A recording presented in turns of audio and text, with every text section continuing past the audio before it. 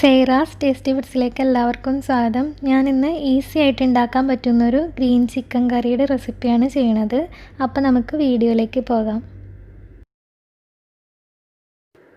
അതിനുവേണ്ടി ഞാനിവിടെ ഒരു 1/2 കിലോ ചിക്കൻ എടുത്തിട്ടുണ്ട്. അപ്പോൾ അത് അത്യാവശ്യം ഇതുപോലെ വലിയ പീസായിട്ട് കട്ട് ചെയ്തിട്ടാണ് എടുത്തിട്ടുള്ളത്. അപ്പോൾ ആദ്യം ഇതൊന്ന് മാരിനേറ്റ് ചെയ്തെടുക്കണം. അപ്പോൾ അതിന് വേണ്ടിയിട്ട് ഒരു ടീസ്പൂണോളം വെളുത്തുള്ളി ഇഞ്ചി പേസ്റ്റ്, ആവശ്യത്തിനുള്ള ഉപ്പ് ഇത്രയും ചേർത്തിട്ട് നന്നായിട്ടൊന്ന് മിക്സ് ചെയ്ത് വയ്ക്കാം.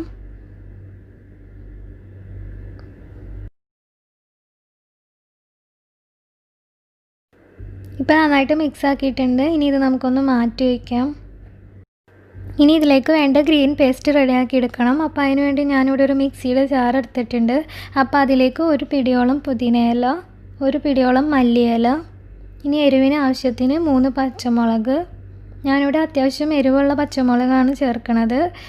എരിവ് കൂടുതൽ വേണമെന്നുണ്ടെങ്കിൽ അതിനനുസരിച്ച് ചേർത്ത് കൊടുക്കുക. ഇനി ഒരു 10-15 കാഷ്യൂ, ഒരു 1/2 കപ്പോളം തൈര്,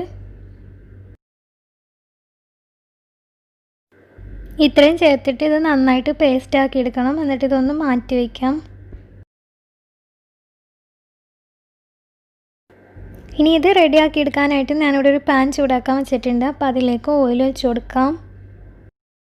ഇനി അതിലേക്ക് 2 ചെറിയ കഷ്ണം പട്ട, 2 ഏലക്ക, 1 ഗ്രാമ്പു ഇത്രയും ചേർത്ത് കൊടുക്കുക. പിന്നെ ഒരു സവാള നീളത്തിൽ അരിഞ്ഞതുകൂടി ചേർത്ത് കൊടുക്കാം.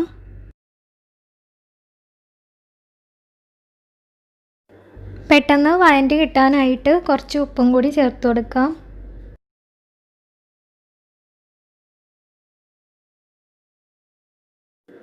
സവാള ചെറുതായിട്ട് വഴറ്റി വന്നു കഴിയുമ്പോൾ അതിലേക്ക് ഒരു 1/2 ടീസ്പൂണോളം വെളുത്തുള്ളി ഇഞ്ചി പേസ്റ്റ് ചേർത്ത് കൊടുക്കുക. എന്നിട്ട് ഇത് നന്നായിട്ടൊന്ന് വഴറ്റിയെടുക്കണം.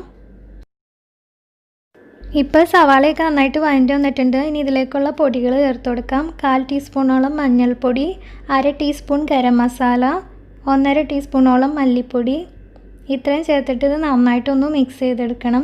മസാലയുടെയൊക്കെ ഒരു പച്ചക്കുത്ത് മാറുന്ന വരെ ഒന്ന് വഴറ്റിയെടുക്കുക.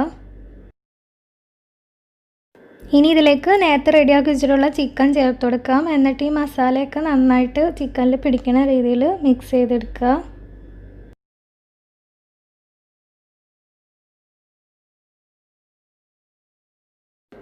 ഇപ്പം നന്നായിട്ട് മിക്സ് ചെയ്തെടുത്തിട്ടുണ്ട്. ഇനി ഇതൊന്ന് അടച്ചു വെച്ച് ചെറുതായിട്ടൊന്ന് കുക്ക് ചെയ്തെടുക്കണം.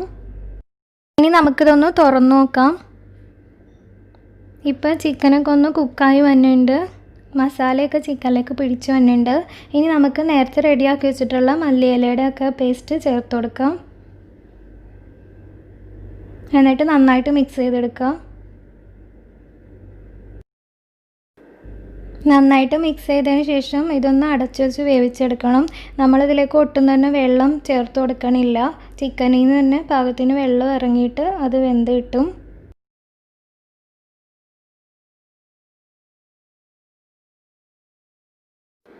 ഇടയ്ക്ക് തുറന്നിട്ട് അതൊന്ന് ഇളക്കി കൊടുത്തതിന് ശേഷം വീണ്ടും അടച്ചു വെച്ച് വേവിക്കുക.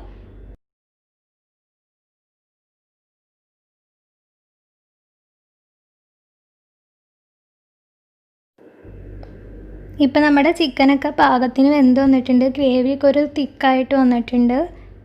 ഗ്രേവി കുറച്ചുകൂടി ലൂസായിട്ട് വേണമെന്നുണ്ടെങ്കിൽ അതിലേക്ക് കുറച്ച് തേങ്ങാപ്പാൽ ചേർത്ത് കൊടുത്താൽ മതി. ഇനി ഈ ടൈമിൽ ഉപ്പ് കുറവാണെന്നുണ്ടെങ്കിൽ കുറച്ച് ഉപ്പും കൂടി ചേർത്ത് കൊടുത്ത് നന്നായിട്ട് മിക്സ് ചെയ്തെടുക്കുക. ഇപ്പം നമ്മുടെ ഗ്രീൻ ചിക്കൻ റെഡി ആയിട്ടുണ്ട്. വളരെ എളുപ്പത്തിൽ റെഡിയാക്കി എടുക്കാൻ പറ്റുന്ന ഒരു ഡിഷാണ്.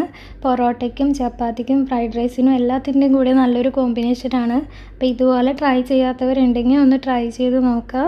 എൻ്റെ വീഡിയോ ഇഷ്ടമാണെങ്കിൽ ലൈക്ക് ചെയ്യാനും ഷെയർ ചെയ്യാനും സബ്സ്ക്രൈബ് ചെയ്യാത്തവരാണെങ്കിൽ സബ്സ്ക്രൈബ് ചെയ്യാനും മറക്കരുത്.